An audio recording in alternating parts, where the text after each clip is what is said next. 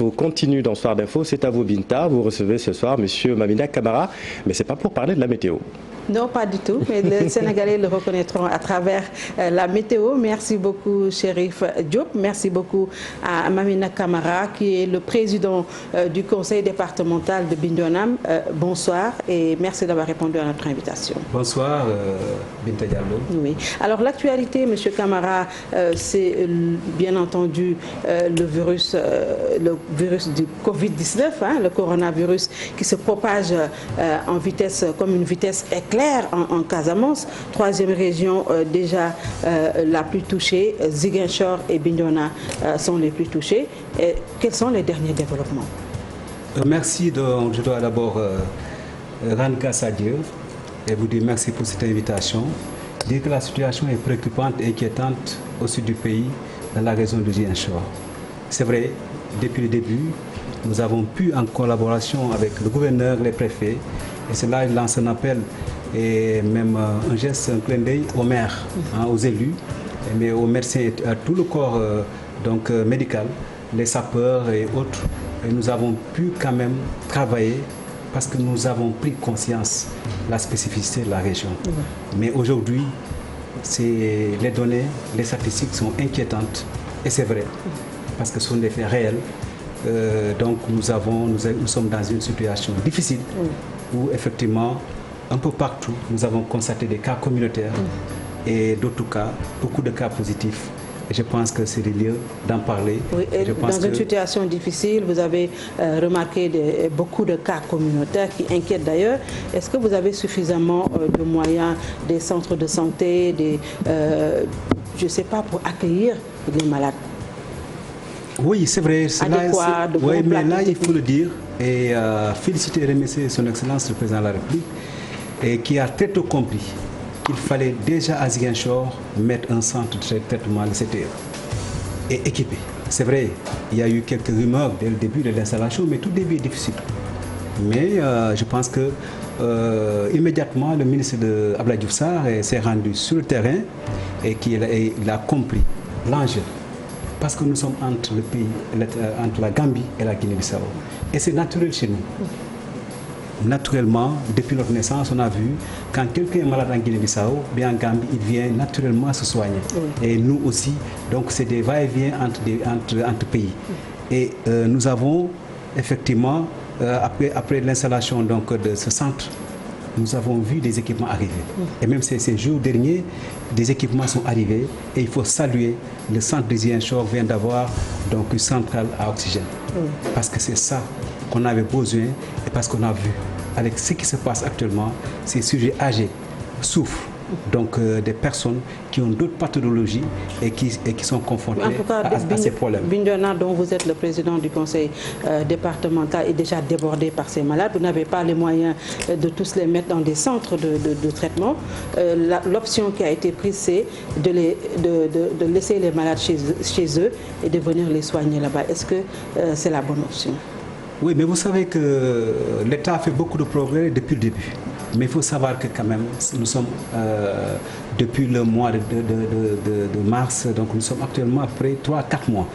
Et vous savez qu'on n'a pas les moyens de faire face à tout ça.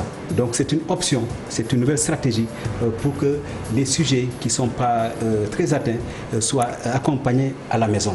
Mais maintenant, les sujets âgés et les sujets qui sont en situation difficile, qui sont évacués à Ziguinchor.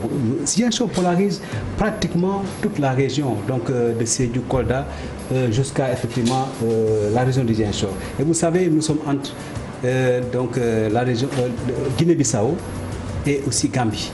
Et donc c'est pourquoi c'est difficile, les gens sont débordés, mais là il faut saluer le professeur agrégé Magloire et qui a fait un excellent travail aux côtés du professeur Ansoumana Diatta, mais du docteur Tito Tamba qui a quitté Bignona pour vraiment travailler. Et comment vous faites avec les cas graves aussi, parce qu'il paraît que les cas graves de Bignona sont transférés à Ziguinchor, l'AREA ne dispose que de 7 lits. Comment est-ce que vous faites? Oui, mais vous savez, effectivement, même nous, les lits, en ce qui concerne les lits, le conseil départemental, ce qui veut dire qu'il y a des gens qui sont en train de mourir parce qu'on ne peut pas les prendre en charge à Ziguinchor et même non plus à Bignona. Mais la situation est difficile partout. Oui. Partout, c'est vrai. on est débordé et à Bignona, et à Ziguinchor, et à Oussouye, et un peu partout.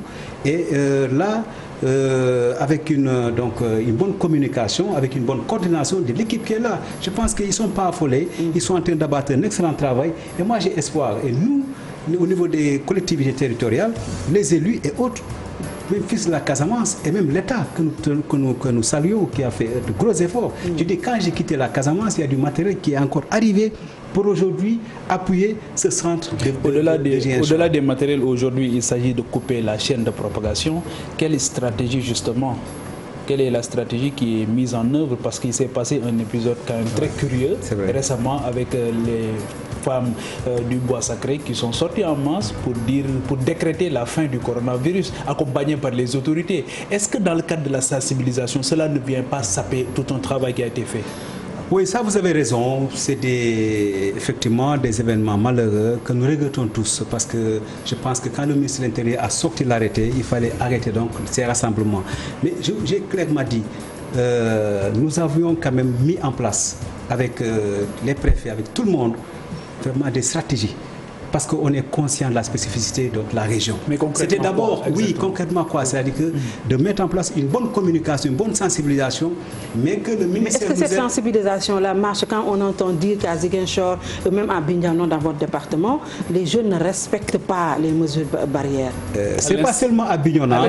Tous les jeunes depuis. Oui, les boîtes de nuit ne sont pas fermées, que les gens vont danser comme ils veulent, les restaurants sont ouverts. Comment est-ce que vous voulez que le virus recule? Oui, mais Binta, je pense que je ne sais pas là où vous avez pris cette information. Moi, je viens de Bignona, je viens de Ziguinchor, je viens de la région, et qu'effectivement, j'ai fait le tour pour voir la situation. Mais je pense que le préfet qui est là, c'est un préfet rigoureux, et même le gouverneur, c'était un homme compétent et sérieux. Je pense que chaque nuit, nous voyons les voitures de la gendarmerie faire le tour. Moi, je n'ai pas vu une boîte de nuit qui a ouvert ses portes. Ce qui a été... Est-ce que vous avez vérifié jusqu'à Cap Skirring? On nous parle aussi de Cap Skirring. Ce qu'il faut dire, on parle un peu partout des jeunes. Mais je pense qu'aujourd'hui, nous sommes en train de travailler avec les jeunes. Les jeunes sont en vacances. Il faut quand même une bonne organisation pour que ces jeunes portent le message. Parce que le message, c'est d'abord protéger les sujets âgés. Est-ce que dans la stratégie, ils ont été mis à contribution, justement? Mais oui, par des... vous savez, la situation est arrivée là où nous sommes carrément essoufflés d'une manière financière, parce que nous avions beaucoup dépensé au début pour verrouiller les frontières et travailler sur le terrain. Et aujourd'hui, il y a un facteur qui est important, le facteur climatique, qui est venu nous rattraper à côté de l'aspect de la Tabaski, qui a causé les dégâts. Mais vous savez, les populations ont voyagé partout, du Fouta, du Baol, partout. Mais la spécificité de la Casamance, c'est parce que depuis 3 mois, nous sommes en train d'assister à des fortes précipitations, de forts retours des pluies. Et quand il y a des fortes précipitations comme ça rime avec ce qu'on appelle la grippe. Quand vous allez de Ziguinchor, Oussouye, jusqu'à Bignona, nous avons fait le tour avec les élus. Partout dans les familles, les gens sont couchés. Il y a une forte épidémie de grippe. Et les conditions sont favorables pour le développement de l'anophèle, c'est-à-dire que le paludisme. Donc nous avons les mêmes symptômes. Et aujourd'hui, vous savez, avec la stratégie qui a été mise en place par rapport à la communication, les populations ont peur d'aller à l'hôpital. Et les personnes âgées arrivent dans une situation compliquée à l'hôpital. Voilà, donc c'est pourquoi je pense qu'il faut qu'on change de stratégie. Oui, justement, on est d'accord. Aujourd'hui, Ziguinchor, c'est le 4e foyer. L'épicentre, 4e. Après, c'est vrai, c'est regrettable. Exactement. Et c'est inquiétant. Et l'autre spécificité, c'est même la MAC de Ziguinchor n'a pas été épargnée. Dans ce cas précis, est-ce qu'il ne faudrait pas non seulement revoir la stratégie, mais y déployer aussi un dispositif exceptionnel? Oui, mais ce dispositif, c'est les mesures barrières. Je pense que de Bignona jusqu'à Ziguinchor, un peu partout, les collectivités ont mis la main dans la poche et mettent en place des... Sauf que les collectivités n'ont pas d'argent. Oui, mais c'est vrai, c'est pourquoi je dis c'est difficile. Actuellement, nous avons beaucoup dépenses, ça fait 4 mois, mais nous avons essayé d'aider la MAC. Est-ce qu'il y a une stratégie concertée entre Oussouye, Ziguinchor, Bignona? Est-ce qu'il y a une stratégie concertée aujourd'hui pour faire face? Oui, mais la stratégie concertée, mais nous sommes d'abord dans une entente interdépartementale et qui est dont je suis le président. Mais aussi, nous avons un gouverneur de la région, nous avons des préfets dans les 3 départements. Et dans les 3 départements, il y a ce qu'on appelle des plans de lutte contre l'épidémie, et il y a une coordination qui se fait au niveau du gouverneur. Et c'est pourquoi nous avons tenu aussi à accompagner à toutes ces structures en masque, mais en alcool-gel, mais en sensibilisation. Mais ça ne suffit pas. C'est pourquoi j'ai dit, présentement, il faut qu'on associe la jeunesse. La jeunesse est en vacances. Et l'activité phare au niveau de la jeunesse, c'est le Nawetan. Il n'y a plus de Nawetan. Il faut qu'il y ait une concertation avec ce mouvement Nawetan et qu'on ait redéploiement. Toute l'énergie qu'il faisait au niveau des Nawetan, maintenant que ça se passe au niveau des foyers. Accompagner. Les imams ont compris. Avec l'imam Fansou Bodi qui a demandé aux imams chaque vendredi de faire des prêches par rapport effectivement à oui, c'est à Bignona aussi qu'on avait découvert des enseignants atteints de Covid. Ce qui avait fait qu'on avait reporté la première rentrée. Comment se portent déjà ces enseignants? Ces enseignants se portent bien. Et ça, il faut quand même... c'est vrai, le début, c'était un peu difficile. On était la cible, le préfet et moi, parce que c'était difficile. On était là avec le maire de Bignona, Lamine Keita, moi et toutes les autorités, et le préfet a pris son courage. Nous avons appliqué quand même à la lettre, parce que nous sommes des scientifiques, nous avons fait des petites études, des statistiques, et voir que les élèves ne sont pas déplacés. Les élèves qui sont déplacés, ils ont quitté la commune et dans le village. Mais ceux qui sont déplacés, avec la complicité des IA et des IF, ce sont les enseignants qui ont quitté pour aller dans les autres départements, dans les autres villes où effectivement donc, la Covid a atteint donc, des pics assez inquiétants. Et nous, quand les enseignants sont venus, sous 2 bus, c'était déjà 10. Donc effectivement, les gens ont vu qu'on avait raison. On allait continuer jusqu'à minuit, mais quand on a reçu, vraiment, on nous a demandé d'arrêter, on a arrêté. Mais si aujourd'hui on a pu sauver vraiment beaucoup des élèves et des parents d'élèves et la propagation, je pense que c'est un satisfait pour ce plan départemental à Bignona qui a été rigoureux et qui est dans une parfaite coordination avec le préfet, avec tous les élus, les maires. Avec cette situation, il sera également très difficile de relancer le tourisme local. Oui, là vous avez raison. Oui, là vous avez raison. Oui. Parce que chez nous, toutes les conditions sont réunies pour le tourisme. Le tourisme balnéaire dans le Cap Skirring, à Oussouye, le tourisme culturel, c'est dans mon département Bignona, on a le Fogny, le Blouf, donc les masques, la danse des masques, de beaucoup, tout ça là, et les touristes viennent. Et aussi à Kafountine, où nous profitons avec des festivals pour faire rentrer les touristes qui viennent de la Gambie, de Scandinavie. Mais hélas, vous faites le tour, tout est fermé. Je pense qu'aujourd'hui, c'est pourquoi quand vous avez parlé de boîte de nuit, j'ai été partout. J'ai vu le désarroi, la situation difficile que vivent tous les acteurs du tourisme. Ils sont dans une situation difficile. Difficile. Heureusement que le ministre du Tourisme est en train d'accompagner. Mais la situation est difficile. Mais tout le monde, ils sont seuls. Oui, mais on nous demande de vivre avec le virus. On doit apprendre à vivre avec le virus. Aujourd'hui, tout le monde, on rouvre tout. Qu'est-ce que les acteurs du tourisme à ce niveau-là attendent, justement? Même la liaison maritime aujourd'hui, la question se pose. La liaison aérienne, oui, la liaison maritime, non. Pourquoi? Là, vous avez raison, Pape.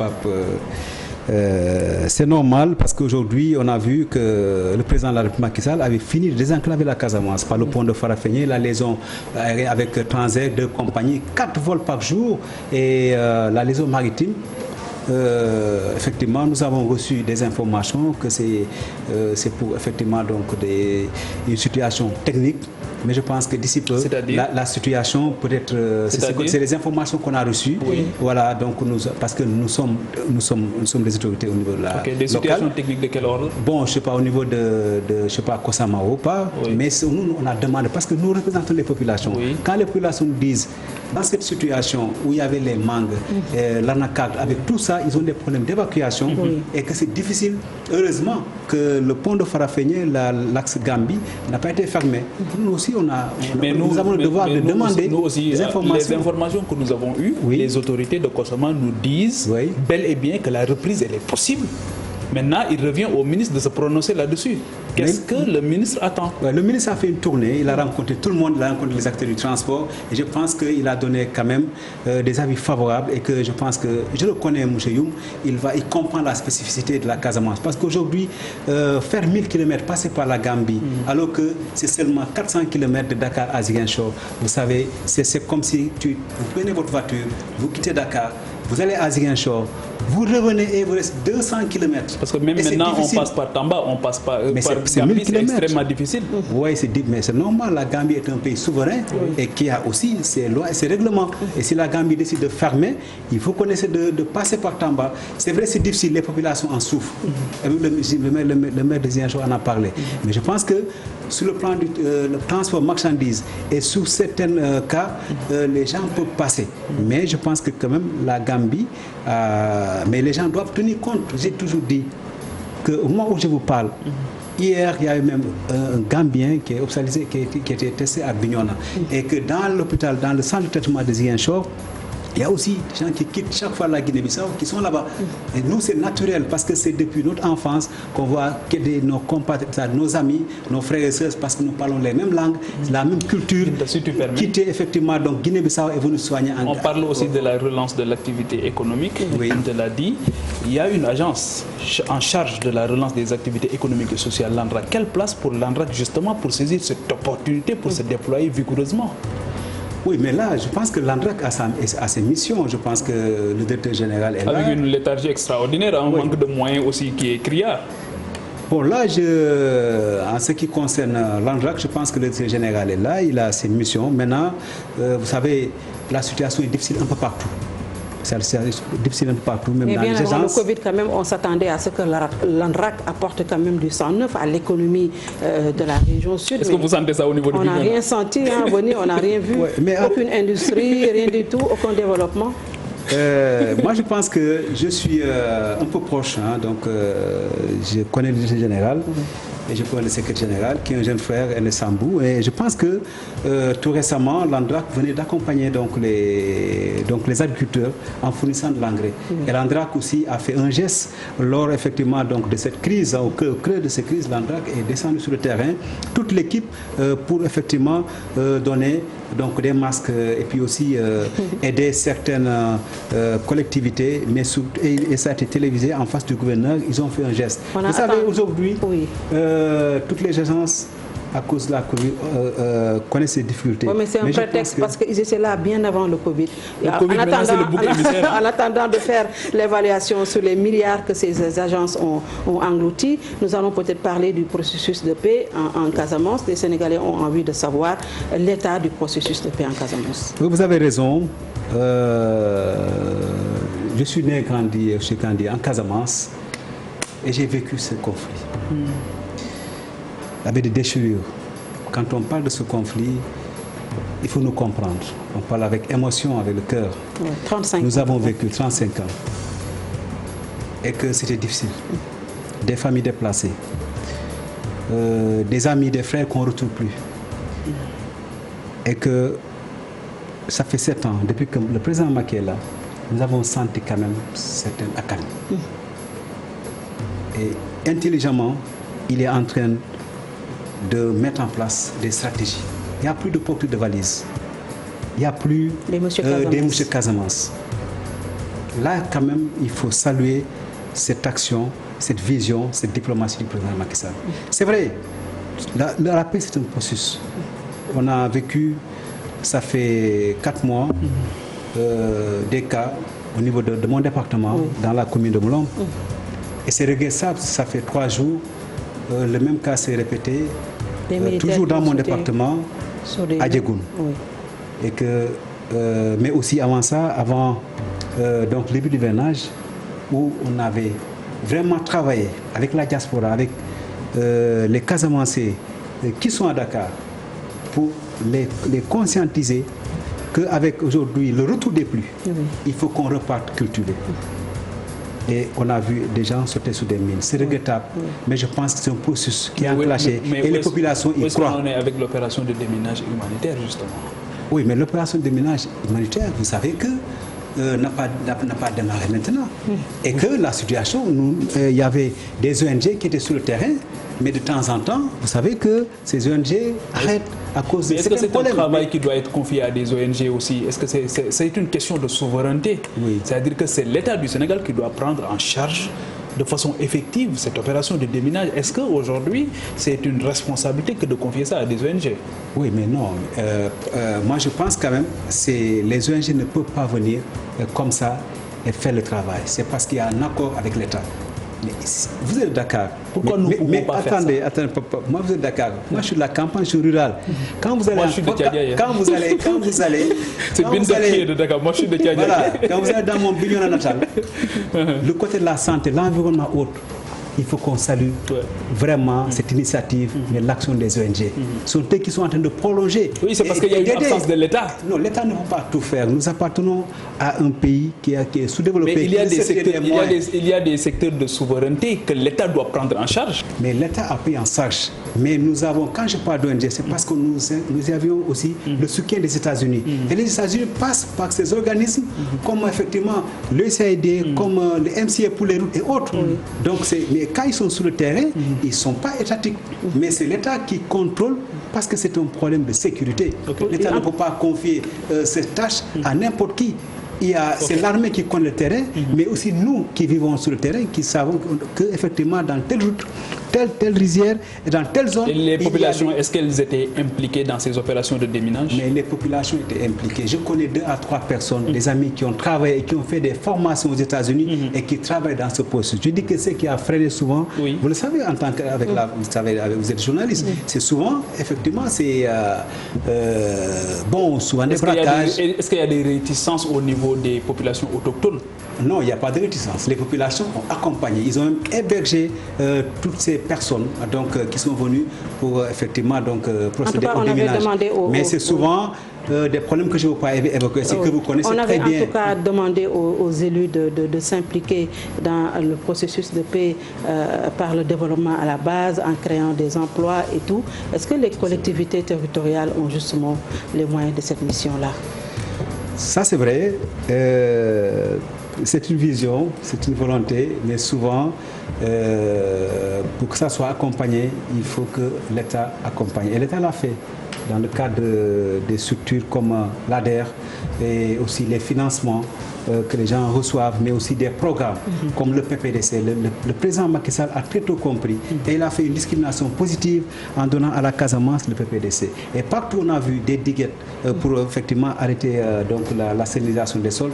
Et ce qui a fait que les premiers immigrés, la Casamance n'a pas connu l'immigration tôt. C'est parce que le sel a envahi nos sols, nos puits. Et aujourd'hui, la Sodagri, dont effectivement est en train de revitaliser aussi les terres, le PPDC, mais aussi le barrage à Fignam. Il faut en parler. Parce que le barrage est à 98% de taux d'exécution. Donc bientôt, le barrage à Fignam sera fonctionnel. Donc je pense que tous ces ingrédients réunis peuvent aujourd'hui mettre en place, peuvent effectivement faire décoller l'économie locale. Mais surtout aussi le PRODAC. On a vu effectivement les DAC au niveau de Sédhiou, avec... et d'autres, l'ANIDA, qui a implanté un peu partout des fermes. Mais nous avons vu l'État mettre en place dans la commune de Bignona une unité de transformation de mangue. C'était vraiment une question difficile parce que les braves femmes sont en train de travailler, de transformer ces produits locaux et que ces produits dans des conditions artisanales. Mais si l'unité-là va voir le jour, mais les gens diront un grand merci au président Macky Sall. Oui. Et récemment, on avait entendu une combattante dire qu'ils avaient déposé les armes pour préparer quand même les négociations avec le gouvernement. Est-ce qu'on tend vers ça, vers des pourparlers avec le gouvernement? Oui, c'est ce que je dis. C'est une question de sécurité. Nous représentons la population et que je suis fils de la Casamance et que j'ai aussi dit, nous avons traversé, nous avons vécu cette crise et nous avons salué tous les efforts des autres présidents, depuis Senghor, Abdou Diouf, Abdoulaye Wade, mais c'est surtout Macky Sall. Vraiment, c'est avec lui que la paix, on n'a pas vu. Mais on n'a pas vu aussi des incidents graves. Mais vous savez, c'est un processus et il y a beaucoup d'intérêts. Donc ça ne peut pas prendre fin comme ça. Mais les populations sont résolues et les populations vont vers la paix. Partout là où vous allez, les gens vous disent Macky Sall a réglé le problème des enclavements. Le Sénégal, la Casamance avait deux principaux problèmes, l'enclavement, mais aussi le développement. Aujourd'hui, quand vous allez... Il y a eu quand même beaucoup d'attaques meurtrières, Bofa Bayot, on se rappelle de tout ça. Il y a des personnalités qui ont été assassinées sous le magistère de Macky Sall. Jusqu'à présent, quand même, c'est le statu quo, hein, ça ne marche pas trop fort. Il faut continuer à discuter. Calmer jusqu'à mais l'épisode de Bofa nous a trouvé même... Le lendemain, on était sur les lieux avec les militaires. Et le lendemain, le ministre de l'Intérieur est arrivé. Nous avons parlé aux populations. Et nous cessons de parler aux populations. Même le problème foncier en Casamance, nous sommes sur le terrain pour parler aux populations. Et je pense que les populations nous ont rassurés. Pour nous dire que, actuellement, je pense que 35 ans de guerre, c'était un retard. Alors que la Casamance devait être vraiment le levier économique du Sénégal. Et là, nous avons connu un grand retard et nous voulons des infrastructures, nous voulons des usines. Et nous lançons un appel à tous les investisseurs, aux amis de la Casamance, mais à tout un chacun de venir investir en Casamance. Le potentiel est là. Et les hommes et les femmes sont là, unis pour un développement. Parce que vous savez, j'ai connu le Rwanda, j'étais à la SECNA. Et quand vous passez dans les rues, vous voyez des têtes. Mais si aujourd'hui on cite le Rwanda en exemple, les grandes nations qui sont développées ont eu des chocs. La Casamance a eu des chocs humanitaires. Et je pense qu'aujourd'hui, quand vous allez à Ziguinchor, pour la première fois, vous voyez qu'au niveau du port de Ziguinchor, moi, en tant que rural qui vient de Bignona, les gens ont quitté pour voir ces conteneurs quitter Bignona. Le président Macky Sall, avec la Hollande, le fleuve a été dragué. Et maintenant, on peut avoir des gros porteurs qui vont venir transporter tout ce potentiel des mangues et tout. Et nous sommes en train de travailler au niveau de l'entente département de la région de Ziguinchor pour mettre en place un label. Donc, territorialiser les politiques publiques, mais aussi mettre en place ce qu'on appelle l'attractivité territoriale. Et nous avons ciblé donc la mangue, l'anacarde et autres. Et nous avons aussi mis en place des stratégies pour une attraction, pour que les gens reviennent, pour que la Casamance revive. Parce que quand le tourisme marche, la Casamance marche. Quand la pêche marche, la Casamance marche. Et quand l'agriculture marche, tout marche. Il faut mettre en confiance les investisseurs, travailler. La Casamance aurait pu devenir le grenier agricole du Sénégal, mais c'est dommage. Il faut davantage travailler, il faut davantage rassurer les investisseurs. On vous invite en Casamance, il ne faut pas seulement tous les gens qui sont allés. Il ne s'agit pas d'injecter des milliards sans évaluation. Je pense que j'ai rencontré dans les rues de Ziguinchor et il a compris. Je pense qu'il va tout écouter. Mais la Casamance, ce n'est pas seulement Ziguinchor aussi. Oui, mais c'est la Casamance. C'est Bignona, c'est Sédhiou, c'est Kolda. Donc c'est pourquoi. Et nous saluons aujourd'hui le ministre Moussa Baldé. Et en Casamance, on a fait une tournée. Il a quitté Bignona, il va aller dans les Ziguinchor, dans le Sédhiou, pour voir la situation. Et je pense qu'aujourd'hui, Binta, on a espoir. L'espoir est permis. L'espoir est permis. Et je pense que je lance un appel à tout un chacun pour qu'il y ait quand même union d'esprit et de cœur. Quand on souffre durant 35 ans, on n'a plus le droit de faire des erreurs. Absolument. Il faut quand même que les gens comprennent qu'on se mette la main dans la main et qu'on fonce vers devant et que pour l'émergence, donc la région sud, l'émergence du Sénégal. Je vous remercie. Ça pourrait être la voie du salut. Merci en tout cas à notre invité Mamina Camara, président du conseil, j'allais dire régional, la région n'existe plus, départemental de Bignona. Merci également à Pape Djibril Fall. Soir d'info revient demain. Bien le bonsoir.